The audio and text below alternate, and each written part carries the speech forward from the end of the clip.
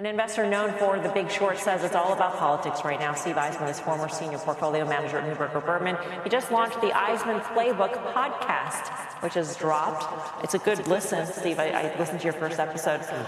What do you make of this market here? You're saying don't be a hero.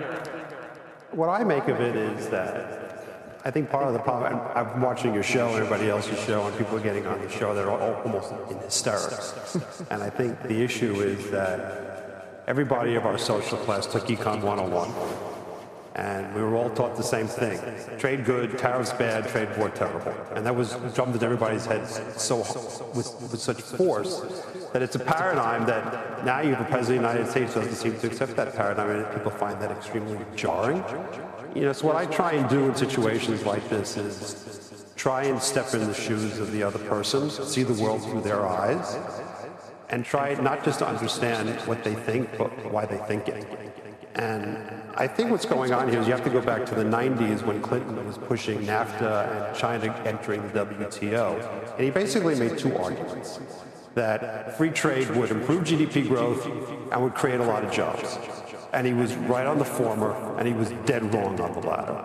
And, you know, if you travel this country, there are parts of this country that would have been devastated over the last 25 years because of free trade, because they didn't just lose their jobs, they lost their towns. So I think President Trump is taking the attitude, you know, free trade is great, but GDP isn't just a number, it's people. And there are whole parts of this country that have suffered terribly. And we have the freest markets in the world, and he wants to reorder it. And I have a lot of sympathy with that. And I think one thing that isn't said enough is that the United States, if that's your goal, the United States is in the best possible position to negotiate towards that goal, because the percentage of U.S. GDP that is composed of exports is only 11%. It's the lowest percentage pretty much of any country on planet Earth. Europe, every country is in excess of 30, except for Germany, which is over 40. Mexico and Canada are over 35%. China, if you factor in all the stuff that they do through Vietnam and Cambodia, is probably 30%. So what's going to happen over the next several months are negotiations, and what's going to become very... So if people are rational, this is where I don't know what's going to happen. If countries are rational, Canada and Mexico would come to the United States and basically beg. We'll do what you want, because of the 35% that Mexico and Canada have of their GDP from exports, 25 points of that 35% is just exports to the United States. Those two countries hold no cards. Now, Europe is not much better, and so I think if everybody's rational, they'll lower their barriers. Now, that doesn't mean everybody's rational.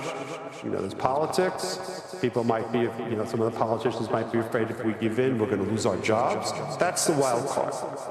If reasonable heads prevail, Trump will get pretty much what he wants. Let's say the truth is somewhere in between. Which truth? In terms of countries caving on one end, or politicians being afraid of losing their jobs so they don't cave. Let's say they agree to some and not others. Is it worth the pain? In your view, is it worth the pain that we're going through in the markets? To whom? To our country, to the markets. Well, there's the people in the markets who are upset that they've lost money, and I'm not going to kid you. I'm one of those people. I'm long only. I've lost plenty. But then there are the rest of everybody else in the country who lost their jobs in their towns. They're cheering. So who voted for the president? They did. So, I mean, look, you can agree with President Trump, you can disagree with President Trump. One thing I actually find extremely admirable about him is one of the few politicians in my lifetime who actually does what he says he's going to do. He has told you that he was going to do this for years, and now he's gone and done it, and everybody's shocked that he's fulfilled his promise. They didn't take him seriously. But he's doing what he said he was going to do.